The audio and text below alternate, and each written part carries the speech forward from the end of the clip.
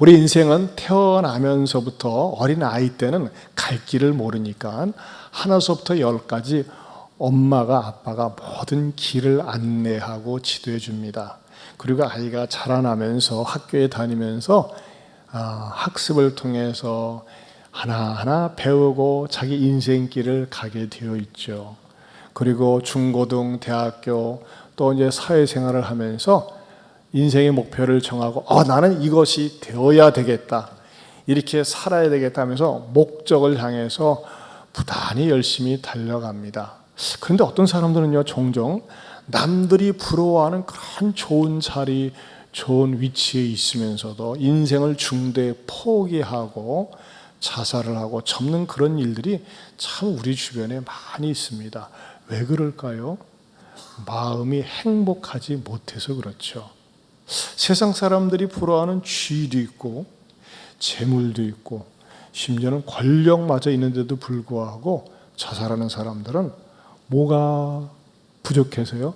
마음에 행복이 없는가? 뭐 이렇게 살아서 뭐해, 그냥 죽어버리지. 그래서 인생을 포기하는 것 아니겠습니까? 오늘 성경에 그 사람이 등장을 합니다.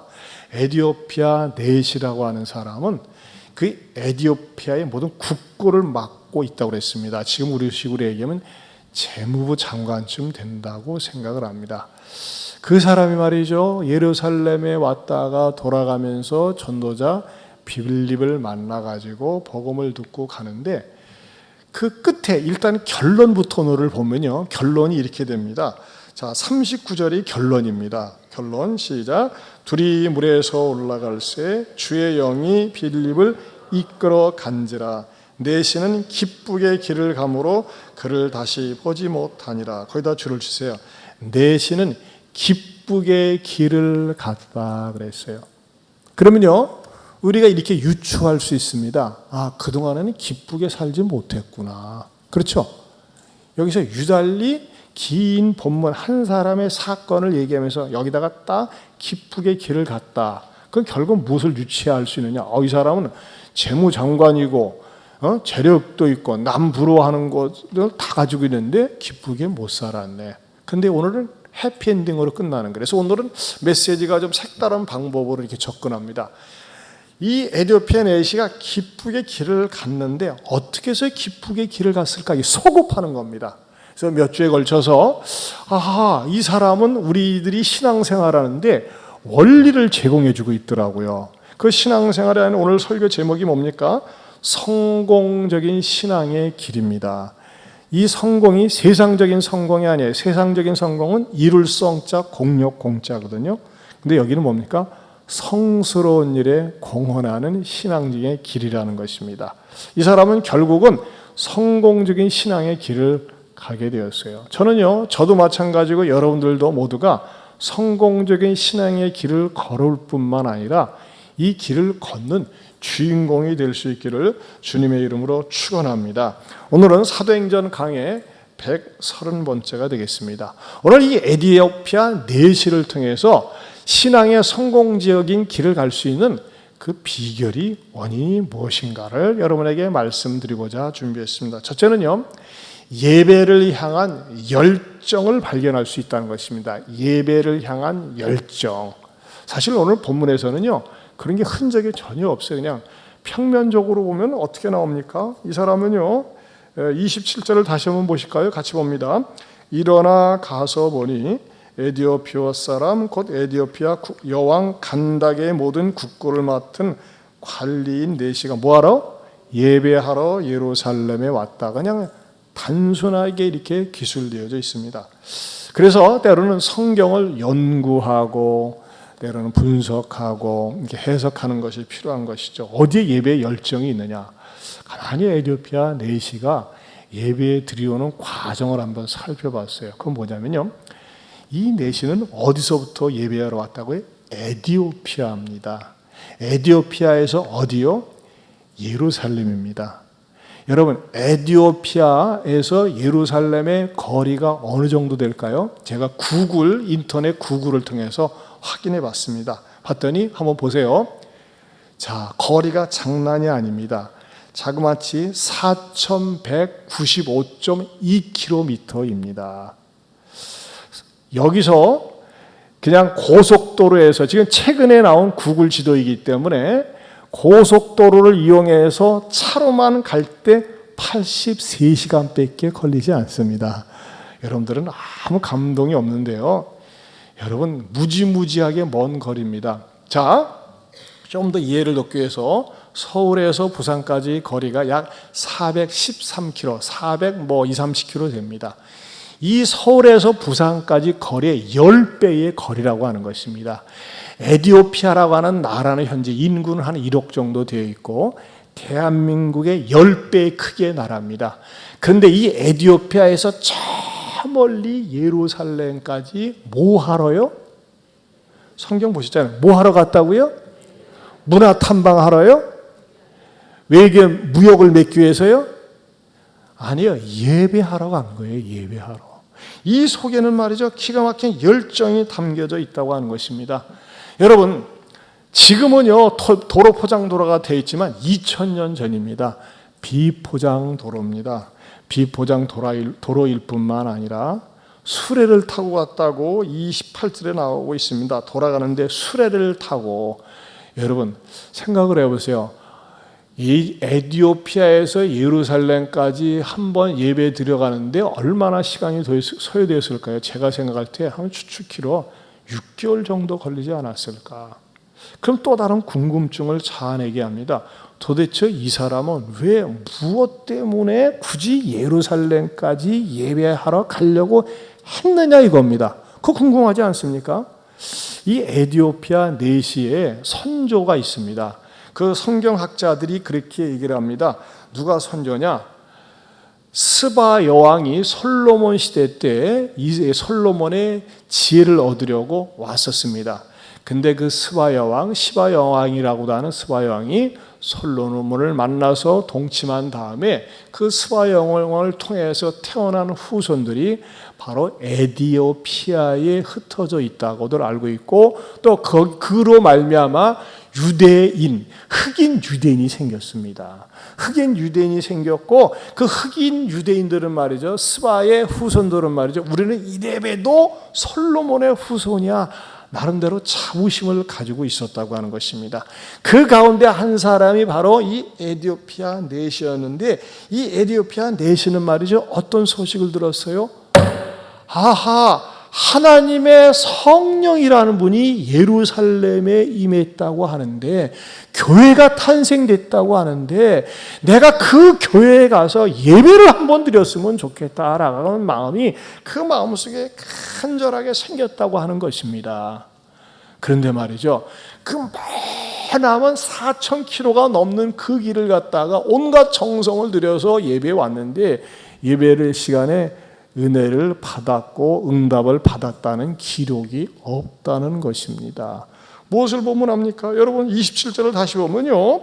이렇게 나와 있어요. 일어나 가서 보니 에티오피아 사람 곧 에티오피아 여왕 간닥의 모든 국고를 맡은 관리인 내시가 예배하러 예루살렘에 왔다가 돌아갔어요. 예배 속에서는 아무런 하나님이 만나주신 사건도 없고 감동받은 것도 없고 응답받은 것도 없습니다. 어떻게 보면 굉장히 허망합니다. 그런데요, 하나님은 이 에티오피아 내시가 그렇게 하나님께 예배드리고 싶은 간절한 마음을 아시고 예배 마치고 돌아갈 때 은혜 주신 거예요. 어떻게 은혜를 주셨습니까? 자, 계속 사도행전 강의를 하고 있지 않습니까? 좀 전까지는 어떤 일이 있었어요? 사마리아 성에 복음이 들어가서 큰 역사가 있었고 시몬이라고 하는 짝퉁 교인 때문에 우리들에게 주는 교훈이 있었습니다. 근데 갑자기 사건이 바뀌어서 어떻게 전개가 됩니까? 전혀 이스라엘과는 무관한 에티오피아 내시를 갖다가 빌립으로 하여금 강권적으로 찾아가게 해서 어디까지 가게 해요? 광야로 가게 해서 복음을 듣게 하고 그 복음 때문에 이루 말할 수 없는 감격과 기쁨 속에 돌아가게 했었다고 하는 것입니다. 그런데 그 에티오피아 내시가 이루 말할 수 없는 기쁨을 가지고 돌아가게 된 원인의 제1원인이 뭐냐? 바로 예배 때문이었다는 거예요. 그 예배드리러 그 4,000km가 넘는 거리를 예배하러 오는 그 과정을 우리 하나님께서 아마 물끄러미 보시고 너 그냥 버려서는 안 되겠구나.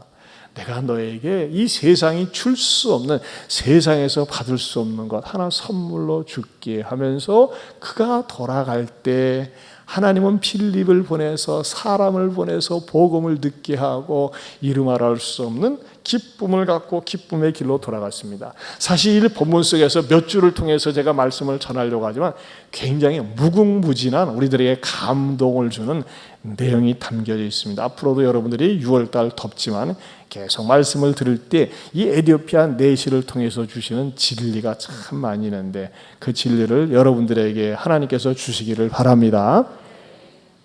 자, 그런데 말이죠, 솔직히 톡 까놓고 하나 얘기를 하고 싶은 게 있어요.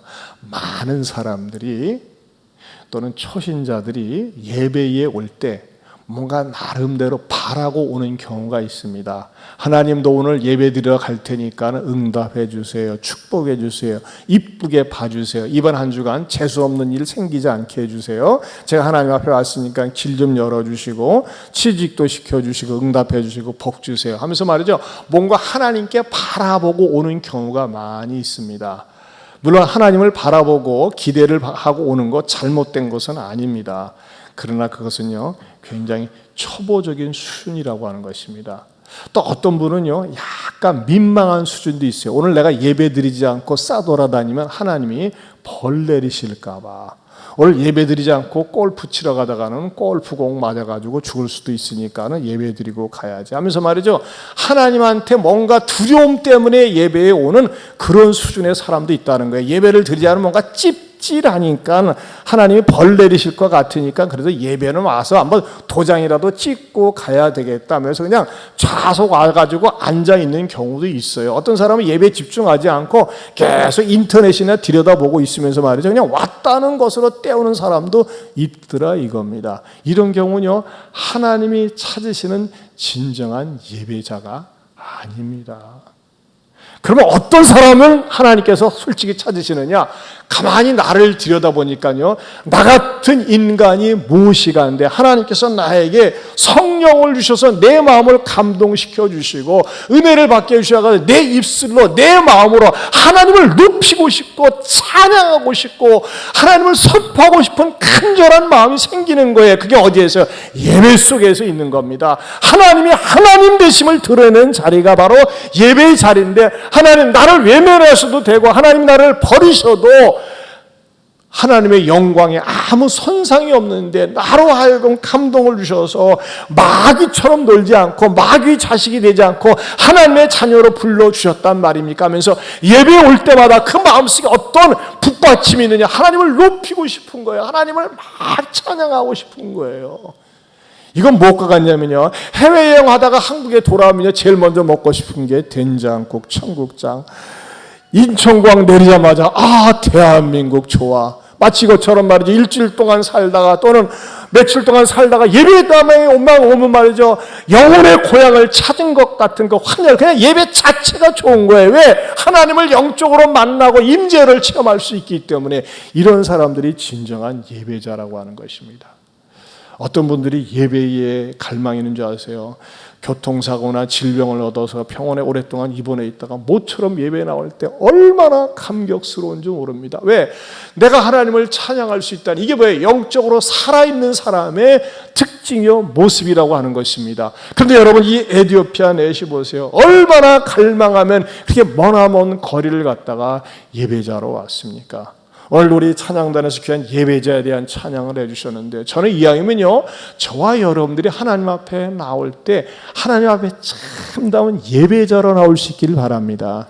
여러분, 우리 아이들이 말이죠, 어머님 아버님 부르고 어머니 아버지 필요한 거 뭐 있으세요? 자꾸 기쁘게 드리려고 할 때 뭐라고 얘기합니까? 이놈 철 들었네. 철 들기 전에는 뭐합니까? 맨날 달라고 해요. 뜯어 먹으려고만 해. 그래, 철 들면 뭐합니까? 내가 어떻게 하면 어머니를, 아버지를 기쁘게 해드리실까? 기쁘게 해드려. 이런 마음이 자꾸 생겨요. 왜? 그 은혜가 고마워서. 왜? 철이 들었기 때문에. 신앙도 철이 들면 얘가 하나님의 법을 달라고 하기보다는, 하나님 내가 어떻게 하면 내 마음을 드릴까요? 내 생각을 드릴까요? 내가 하나님께 예배를 드릴까? 이런 마음이 있다는 것입니다. 저는 그런 의미에서 이런 예배자가 될 수 있기를 축원합니다. 우리 한번 14장 찬송가 보면요, 하나님을 높이는 이런 찬양이 있어요. 주리 하나님 하늘에 계시니 온천한 만민 주 앞에 찬송하네. 여러분, 예배자가 성숙해지면 자꾸 하나님을 높이고 싶어요. 우리 14장 같이 한번 부르겠습니다.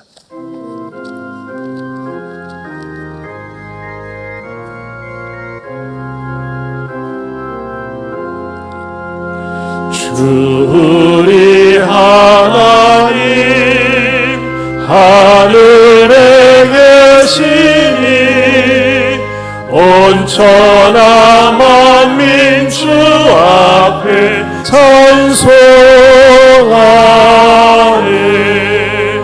이 천지 만물도 주 앞에 엎드려 그 거룩하신 이름을 늘 높이네.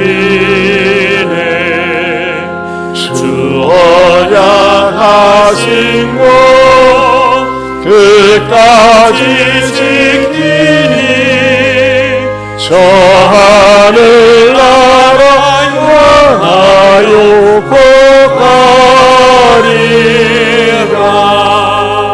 주 얼굴에 올 때 내 마음이 기쁘고 영원히 주의 영광을 찬양하리. 왕의 왕 되신 주 하늘에 계시니 이 세상 죄악이신 구주 예수 저 천군 천사를 주홍이하고서 무성도 함께 영원히 늘 섬기네. 성삼위일체께 승리한 우리들 다 기쁜 소리 높여서 감사드려.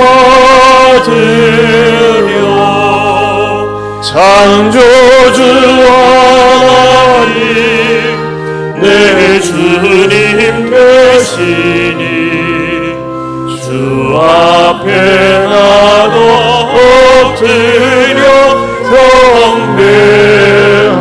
경배하네.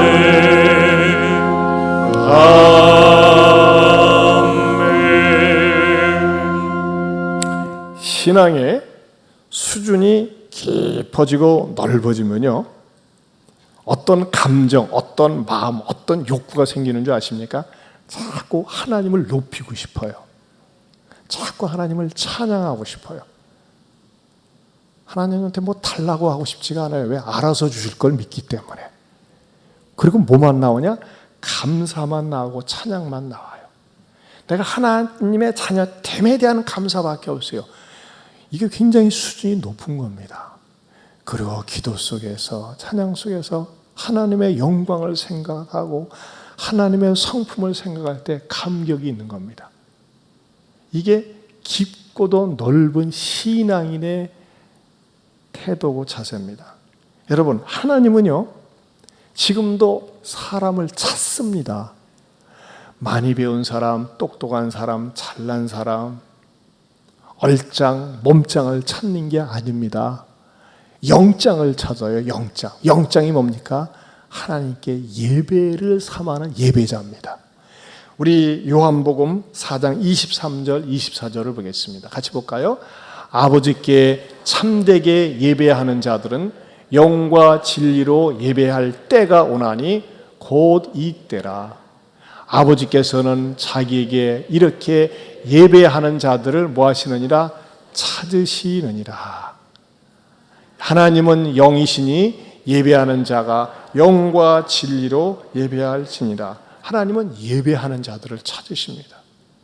여러분, 저는요, 이왕이면 우리 하나님께서 저와 여러분을 볼 때 하나님이 찾으시는 예배자가 될 수 있기를 바랍니다. 자, 이 에디오피아 내시는 성경에서는 밝히 이렇게 드러나서 표현하지 않았지만 그 이면을 볼 때는 어떤 예배자였다고요? 열정적인 예배자였어요. 자, 이 열정적인 예배자가 무엇을 했을까요? 두 번째는요, 대가를 지불한 예배자였다는 것입니다. 대가를 지불한 예배자를 우리가 발견할 수 있다는 거예요. 대가 지불. 그냥 예배자가 아니었어요.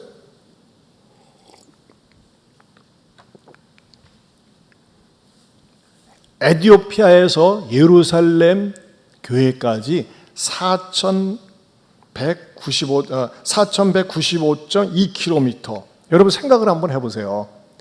자, 이 먼 거리 도로도 비포장 도로, 때로는 길이나 잘 나지도 않았겠죠. 많이 다니지 않았으니까. 이 먼 거리를 올 때 일단 무엇을 지불했을까요? 시간의 대가를 지불했습니다. 그렇지 않았겠습니까? 금방 왔다 가는 게 아니에요. 그 먼 거리, 아마 짧으면 3개월, 길면 6개월, 그 많은 시간을 갖다가 그는 들이면서 그것을 감수하면서, 여러분 보세요. 우리가 직장 생활하는 사람, 또 공직에 있는 사람, 하루만 비워도 자리가, 하루만 비워도 말이죠, 표시가 나요. 근데 이 사람 보세요. 얼마나, 이 사람에 대해서 얘기했잖아요. 여왕 칸닥, 27절에 보면 여왕 칸닥의 모든 국고를 맡은 관리인이라 그랬어요. 이 사람 뭐예요? 최종 결정권자예요. 결제를 해야지만이 나라 살림이 되는 거예요. 근데 이런 사람이 자리를 비우는 거야. 뭐 때문에 자리를 비운다고요? 예배 드리러 간대요. 예배 드리는데, 그래, 그럼 아침에 갔다 저녁 때 오는 거야? 아니야. 몇 개월이 걸리는 거예요. 뭐래요? 시간의 대가 지불을 했습니다. 여러분, 우리는 말이죠, 하나님 앞에 시간에 헌신 드리는 거 아까워하지 않습니까? 또는 예배를 드릴 때 정시간에, 제 시간에 미리 와서 예배 드리지 않고 그것도 아까워가지고 설교만 들으려고 하지 않습니까? 여러분, 그건 인색한 겁니다. 하나님 앞에 시간의 헌신, 시간의 대가 지불이 있었다고 하는 거예요. 하나님 그걸 너무나 귀하게 보신 거예요. 여러분, 하나님 앞에 예배 드리는 시간, 억울한 시간 아닙니다. 낭비의 시간 아닙니다. 우리가 이 세상 떠나서는요, 하나님과 영원토록 더불어 있어야 돼요. 근데 만약에 예배 드리는 시간을 낭비의 시간이다, 억울한 시간이다, 아까운 시간이다 생각하면 천국 가서 하나님과 더불어 어떻게 있을래요? 아니에요. 저는 여러분들이 하나님 앞에 예배를 위해서 드리는 시간을 억울하게 생각하거나 아깝게 생각하지 않는 은혜가 있기를 바랍니다. 내가 예배 속에서 어떻게 하면 내 마음의 시간을, 내 삶 속의 시간을 더 드릴 수 있을 것인가? 여러분, 이건 얼마나 귀합니까? 더군다나 이 에티오피아 내시는요, 물질의 대가를 지불했습니다. 여러분 보세요. 고위 공직자입니다. 거대 왕궁 시절에 재무장관이라니까요. 뭐예요? 국비를 쓰면 되겠어요? 안 되죠. 사비를 들여서 임금님한테 허락을 받고, 임금님, 제가요 예루살렘에 예배드리러 갔다 오고 싶습니다. 신뢰를 받았겠죠. 근데 모든 경비를 제 사비로 하겠습니다. 여러분, 거기를 가고 오는 동안에 먹어야 되는 양식, 또 같이 동행하는 수행원들, 또 경호원들, 이런 거 한 200명이 왔다 갔다 하려면 얼마나 많은 돈을 들이겠습니까? 그러나 그 예배를 위해서 물질의 대가를 지불하는 것을 아까워하지 않고 인색하게 생각하지 않고 기꺼이 대가 지불을 했다고 하는 것입니다. 때로는 우리가 하나님 앞에 나와서 예배 드릴 때 말이죠, 헌금 조금 하는 것도 억울하고 아깝게 생각하는 경우가 있어요. 하나님이 인색한 자를 사랑하지 않으세요. 즐겨내는 자를 사랑하세요. 이 에티오피아 내시는 기꺼이 자기가 가지고 있는 모든 것을 다 쏟아서 예배에 집중할 수 있도록, 예배에 갈 수 있도록 물질의 대가를 지불했습니다. 또 하나 어떤 대가를 지불했을까요? 위험의 대가를 지불했습니다. 여러분, 여러 나라를 거쳐서 가야 됩니다. 그런데 어떤 문화로, 외교로, 어떤 그 외교적인 관계로 가는 것이 아니라 자기 사적인 예배를 들어가는데 그 많은 사람들이 동원할 때 주변에서 도둑이라든지 강도라든지 그런 위험이 왜 없겠습니까? 그러나 그런 위험의 대가를 과감하게 지불하고 그는 예배에 참석했다고 하는 것입니다. 저는 이 에티오피아 내시의 이 열정적인 예배, 대가를 지불한 예배를 연구하면서 놀라운 사실, 이전에 발견하지 못했던 새로운 사실을 하나 발견했습니다. 우리가 믿음의 조상이라고 할 때 아브라함과 이삭과 야곱을 믿음의 조상이라고 합니다. 그리고 성경에서 구약에서부터 신약에까지 항상 열거할 때 관행 어구가 뭐냐면 아브라함과 이삭과 야곱의 하나님이라고 이야기를 합니다. 그런데 아브라함과 이삭과 야곱의 하나님이라고 할 때 아브라함과 이삭과 야곱에게는 공통점이 있더라고요. 어떤 공통점이 있느냐? 그들은 말이죠, 탁월한 예배자들이었다는 것입니다. 아브라함, 이삭, 야곱의 탁월한 공통점이 뭐냐? 탁월한 예배자였다. 이 세 사람의 예배의 특성을 나름대로 이렇게 살펴보겠습니다. 아브라함을 통해서는 어떤 예배를 발견할 수 있을까요? 순종의 예배입니다. 철저한 순종의 예배. 아브라함은 100세의 아들을 낳습니다. 아들인지 손자인지 눈에 넣어도 정말 아프지 않은 아들 아니겠어요? 그 아들을 너무너무 사랑하고 온 24시간이 부족해가지고 아들과만 시간을 보냅니다. 근데 하나님이 어느 날 네 아들 이삭을 번제물로 바치라고 하는 정말 뚱딴지 같은 말도 되지 않는 명령을 하십니다. 모리아산에 번제물로 예배 제사 때 드려라. 그건 이성적으로 맞지 않습니다. 그런데도 불구하고 아브라함은 어떻게 합니까? 왜요 하나님? 묻지도 않습니다. 아니 하나님 주실 때는 언제 그것도 이제 가져가시려고 합니까? 그것도 잔인하게 따지지도 않습니다. 묻지도 따지지도 않고 알았습니다. 심지어는 그가 가장 사랑하는 아내하고 의논하지 않습니다. 아내하고 의논하면요 못 갑니다. 그렇기 때문에 그는 아내하고 의논하지도 않고 야밤 도주하다시피 갑니다. 꿈을 대지 않습니다. 그러면서 말이죠, 하나님 앞에 그 이삭을 갖다가 데리고 갑니다. 근데요, 저는요 거기서 또 감동받은 사건은 이삭이 따라온다는 거예요. 이삭을 같이 데리고 가는 겁니다. 예배 속에 같이 데리고 가는 거예요. 저는요, 요 설교를 준비하는 가운데 지난 주간에 그런 일이 있었어요. 목양실에서 저희 이제 손자하고 손녀가 이제 이렇게 왔다가 가는데 넓다 보니까 이게 공간이 있어서 노는데 아침에 오면은 무릎 꿇고 기도하고 하루를 시작하고 갈 때는 기도하고 보내는데 저녁 때 갈 때쯤에 이제 어린이집에 갔다가 이제 그 손녀랑 이제 8개월 된 손녀랑 이제 인사를 합니다. 인사하는데 자, 우리 손자 아인이 기도하고 가자 했더니 말이죠, 지가 8개월 된 우리 손녀한테 가서 손 모으는 것을 시키는 거야. 너도 손 모아야지. 그 장면을 딱 보는데 얼마나 이뻐야지. 제가 말이죠, 그 장면을 사진을 하나 찍긴 찍었는데 애기들은 이쁜 표정인데 저는 이게 러닝셔츠 바람이고 좀 추잡스러워가지고 보여드리려다가 그냥 취소했습니다. 그런데 그 순간에 감동이 되는 거예요. 기도하자 했더니 아직 이제 8개월 된 애는 아무것도 모르잖아요. 근데 걔 갖다가 강제적으로 손을 모으는 것을 이렇게 시키는 거야. 보면서 이야, 이 신앙 훈련이라는 건 이렇게 중요하구나. 여러분, 하나님이 보실 때 아브라함이 순종하는데 이삭도 순종하게끔 데리고 오는 거예요. 그 장면을 보고 얼마나 하나님이 감동이 되셨겠어요. 그리고 마침내 번제물로 드리지 않습니까? 그것을 보시고 순종의 예배, 온전한 순종의 예배를 보면서 하나님이 뭐라고 축복하십니까? 창세기 22장 16절에서 18절 같이 보겠습니다.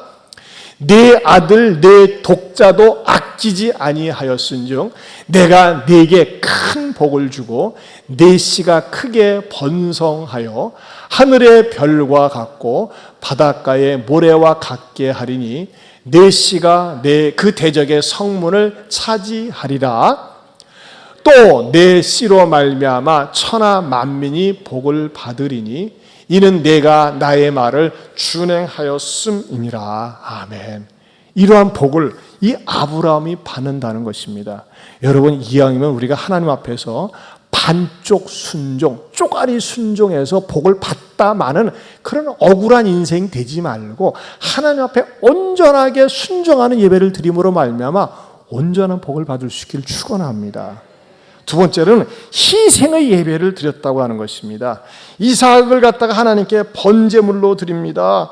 어떻게 드립니까? 3일 동안 아무 말도 하지 않고 이삭을 데려오는데 말이죠. 이삭이 분명히 물어봤어요. 아버지, 하나님께 번제로 드린다면서요. 제 등짝지게에는 번제용으로 쓸 나무 장작이 있고 아버지 오른손에는 말이죠. 이 고대사에는 불을 갖다가 집에서 핀 불이 꺼지기 때문에 불을 갖고 다녔거든요. 성경에는 불을 갖고 갔다고 그랬어요.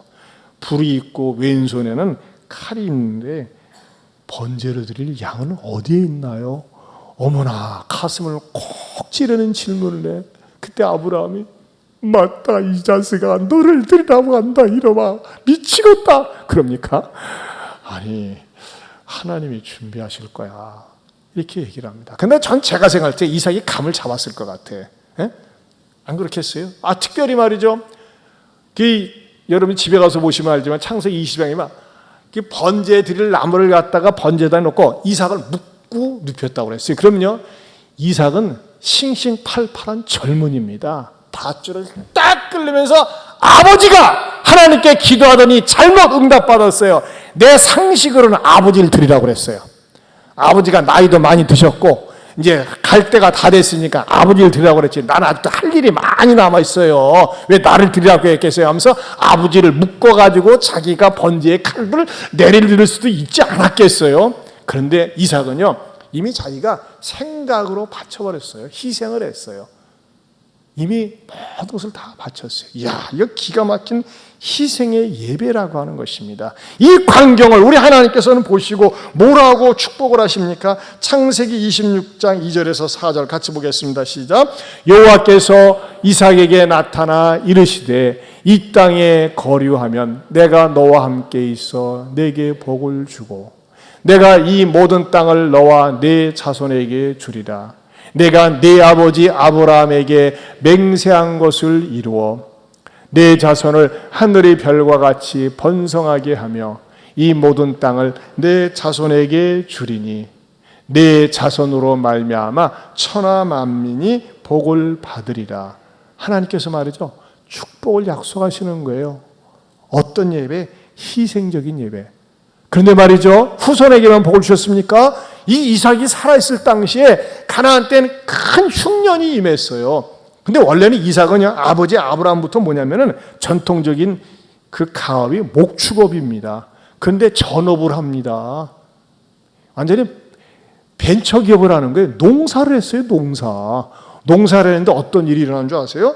창세기 26장 12절에서 13절을 같이 보겠습니다. 시작. 이삭이 그 땅 흉년이 든 곳에서 농사하여 그의 몇 배, 100배나 얻었고 여호와께서 복을 주심으로 그 사람이 창대하고 왕성하여 마침내 거부가 되어 양과 소가 떼를 이루고 종이 심히 많음으로 블레셋 사람이 그를 시기하여 그 아버지 아브라함 때에 그 아버지의 종들이 판 모든 우물을 막고 흙으로 메웠더라.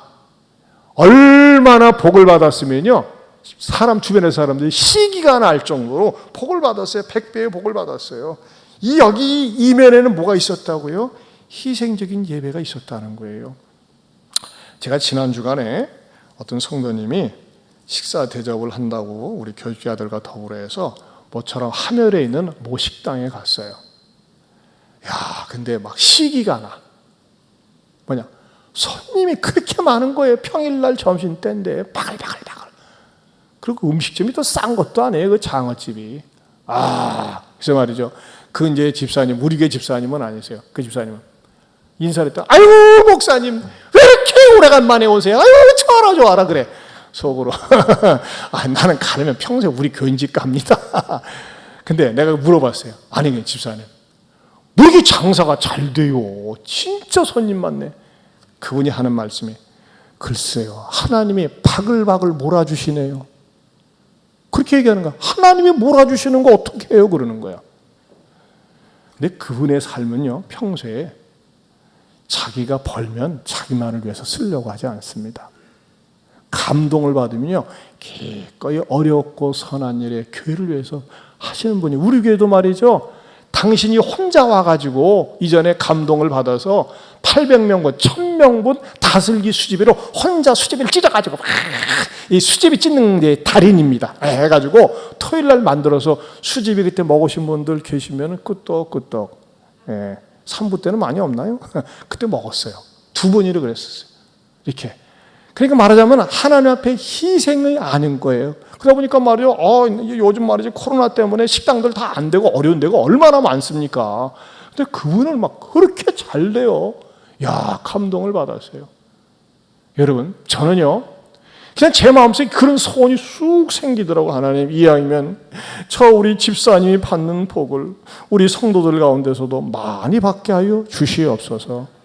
아멘입니까? 아멘 하는 분은 그대로 될 줄로 믿습니다. 늦게 하시는 분은 순서가 좀 늦습니다. 이삭은요, 자기를 완전히 포기하고 죽이는 그런 희생적인 예배를 드렸어요. 아브라함은 순종의 예배였어요. 그렇다면 야곱은 무슨 예배였을까요? 야곱은 버림의 예배를 드렸습니다. 버림의 예배. 자, 야곱 말이죠. 장자권을 획득하기 위해서 형 에서를 속인 다음에 집에서 가출해가지고 라반의 집에서 20년 동안 산전수전 겪은 다음에 금의 환영해가지고 자기 고향으로 돌아옵니다. 대성공을 했어요. 자그마치 자기 식솔이 70여 명 됩니다. 소떼, 양떼, 나귀떼 막 무궁무진하게 많습니다. 갑부가 되었어요. 그런데 말이죠, 깨림직한 게 있어요. 딱 보니까요, 너무나 우리 집안 식구들이 세속적이고 인간적이고 아직도 버리지 못하고 끊지 못하는 요소들이 많이 있더라고요. 야, 아무리 우리가 물질적으로 복을 받고 아무리 잘 되어도 이렇게 가증스럽고 더럽고 악한 것들을 우리 집안에서 가지고 있으면 그건 복이 아니다 하면서 어떤 예배를 드리느냐, 베델에 올라가서 모든 것을 더럽고 우상스럽고 세속적인 것을 과감하게 버리는 그런 예배를 드립니다. 어디에 나와 있습니까? 창세기 32장 2절에서 4절입니다. 같이 읽어보겠습니다. 같이 봅니다. 야곱이 이에 자기 집안 사람과 자기와 함께한 모든 자에게 이르되 너는 너희 중에 있는 이방 신상들을 버리고 자신을 정결하게 하고 너희들의 이의복을 바꾸어 입으라. 우리가 일어나 베델로 올라가자. 내 환난 날에 내게 응답하시며 내가 가는 길에서 나와 함께 하신 하나님께 내가 거기서 무엇을 제단을 쌓으려 하노라 하매 그들이 자기 손에 있는 모든 이방 신상들과 자기 귀에 있는 귀고리들을 야곱에게 주는지라. 야곱이 그것들을 세겜 근처 상수리 나무 아래에 묻고 뭐 했습니까? 아직도 세상 욕심을 그대로 가지고 있는 거예요. 세상 욕심을, 이방 신상들, 버려야 될 것들. 여러분, 하나님은요, 축복을 해주시네. 깨끗한 그릇에 해주십니다. 내가 아직도 말이죠, 아내를 사랑한다고 하면서 옛날 애인하고 연락하면 그게 진정한 사랑이 되겠어요? 끊어야죠. 여러분, 물속에 컵에 좋은 물을 담고 음료수를 담는데 이 속에 찌꺼기나 더러운 것이 있으면 물을 담을 수 있습니까? 아닙니다. 여러분, 신앙생활하는데 여러분이 영적인 성장을 하는 데 있어서 아직도 끊지 못하고 버리지 못한 거 있다면 하나님 앞에서 버리는 예배가 있어야 됩니다. 버리고 끊지 못하면요, 찝찝한 거예요. 복을 받아도 받지 못한 것과 마찬가지입니다. 사랑하는 성도 여러분, 가만히 성경을 살펴보면 믿음의 조상 아브라함, 이삭, 야곱을 얘기할 때 이들의 탁월한 공통점은 뭐였다고요? 예배에 성공을 했어요. 예배가 탁월했어요. 아브라함은 무슨 예배예요? 순종의 예배. 이삭은 무슨 예배예요? 희생의 예배. 야곱은 무슨 예배? 과감하게 자기를 버리는 예배였습니다. 그 결과 야곱에게는 하나님께서 어떻게 축복을 해주십니까? 창세기 35장 11절입니다. 같이 보겠습니다. 하나님이 그에게 이르시되 나는 전능한 하나님이라 생육하며 번성하라. 한 백성과 백성들의 총회가 내게서 나오고 왕들이 내 허리에서 나오고. 여기 보세요. 한 백성이 나왔어요. 이스라엘을 통해서요. 야곱이라는 사람이 나중에 이스라엘로 바뀌지 않습니까? 이스라엘은 원래 사람 이름이었어요. 그 사람 이름이 지금 현재 이스라엘 나라의 국호가 되지 않습니까? 총회가 나오고 왕들이 거기서 나오고 예수 그리스도 메시아가 나오지 않았습니까? 여러분, 이 세 족장들은요 평범한 남자들이었습니다. 어떻게 보면요 좀 모자라는 남자들이었고 뭐 잘난 데가 없어요. 그런데 이들은 공통점이 뭡니까? 예배의 성공자들이더라 이겁니다. 이들의 예배 속에는요 위대한 순종과 값진 희생과 통큰 버림의 예배가 있었습니다. 여러분, 놀라운 사실이 있습니다. 이 세상에서 가장 완전하게 퍼펙트하게 예배를 드린 분이 있어요. 그분이 누굴까요? 예수님이십니다. 예수님은요 완전한 순종을 하셨어요.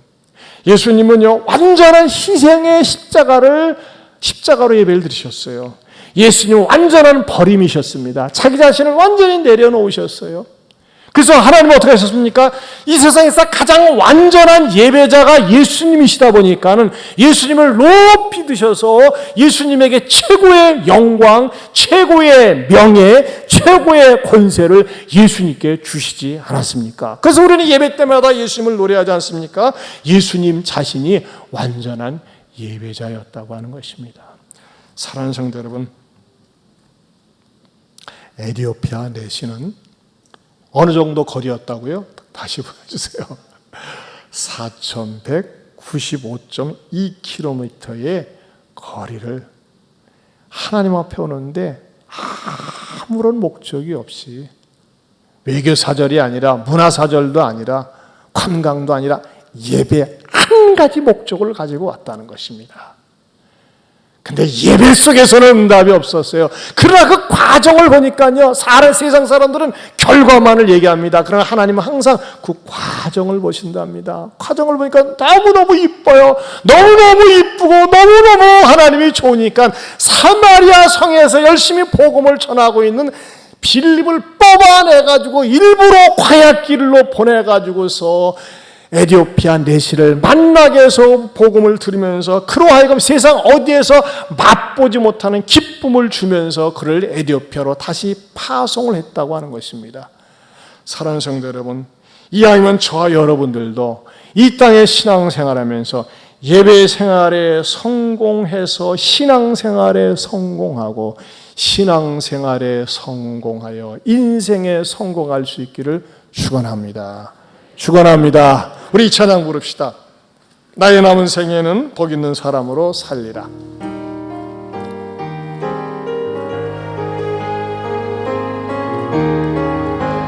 나의 남은 생에는 복 있는 사람으로 살리라. 나의 남은 생에는 순백의 영혼으로 살리라. 순백의 영혼으로 살리라. 나의 남은 생에는 맡은 일 충성하며 살리라. 나의 남은 생에는 행복한 전도자로 살리라. 1년을 살지 한 달을 살지 모를 나의 남은 생에 범사에 감사하며 쉼없이 기도하며 주님 뜻대로 살리라. 나의 남은 생애를 정직한 예배자로 살리라. 정직한 예배자로 살리라. 나의 남은 생애를 하늘에 속한 자로 살리라. 하늘에 속한 우리 다 같이 일어서서 1년을 살지 한 달을 살지 모를 나의 삶. 한 날을 살지 모를 나의 남은 생에 범사에 감사하며 쉼없이 기도하며 주님 뜻대로 살리라. 나의 남은 생애를 정직한 예배자로 살리라. 나의 남은 생애를 하늘에 속한 자. 다시 한번 1년을 살지 한 달을 살지 모를 1년을 살지 한 달을 살지 모를 나의 남은 생애 범사에 감사하며 쉼없이 기도하며 주님 뜻대로 살리라. 나의 남은 생애를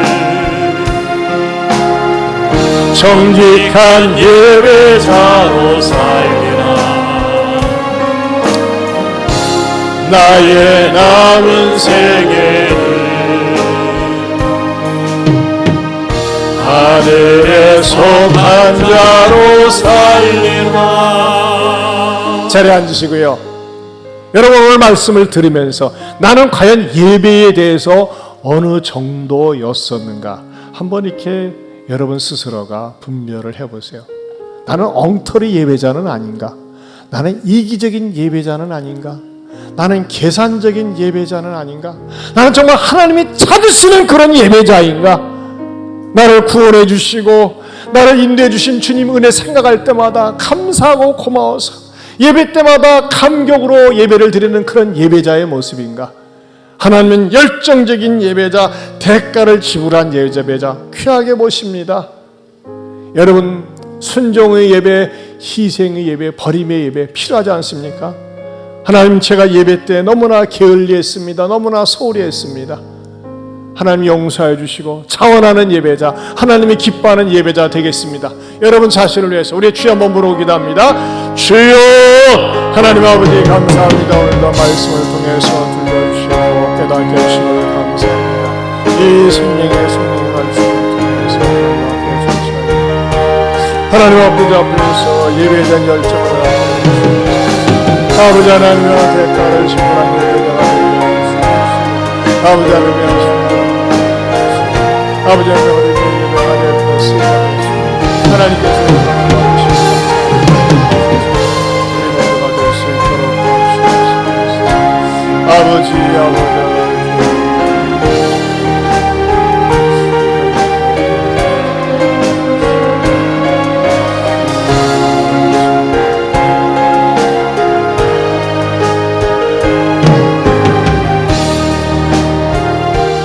하나님 아버지, 내가 나를 돌아볼 때 과연 나는 하나님이 찾으시는 그 한 사람, 그 예배자인지요? 에티오피아 내시는 4,195.2km가 되는 그 먼 거리를 오직 예배 하나에 대한 목적을 두고 예배드리고 가다가 하나님이 너무나 사랑하셔서 만남의 복을 주시고 복음 듣게 하시고 기쁨을 주셨습니다. 주님, 우리 모두도 이 에티오피아 내시의 예배를 통해서 내 예배 생활에 문제는 없는지, 예배 생활에 딴짓은 하지 않는지, 예배 생활에 내 마음을 엉뚱한 데에 빼앗기진 않은지 회개하게 하시고 온전하게 드리는 예배자, 하나님이 기뻐하시는 예배자, 아브라함과 이삭과 야곱처럼 순종의 예배, 희생의 예배, 버림의 예배가 내 삶 속에 배어서 하나님이 나에게 축복해 주시지 않고는 견딜 수 없는 축복의 통로가 다 되게 하여 주시옵소서. 그래서 예배 생활에 성공하여 신앙생활에 성공하고 신앙생활에 성공해서 인생에 성공하는 예배자 되게 하여 주옵소서. 이제는 우리 주 예수 그리스도의 은혜와 하나님 아버지의 변함이 없는 사랑과 성령님의 가마감동 교통하심의 은혜가 예배 생활에 성공하여 신앙생활에 성공하고 신앙생활에 성공하여 인생에 성공하는 축복의 통로가 되겠노라가 다시 한번 다짐하는 모든 성도들 위해 영원토록 함께 있을지어다. 아멘.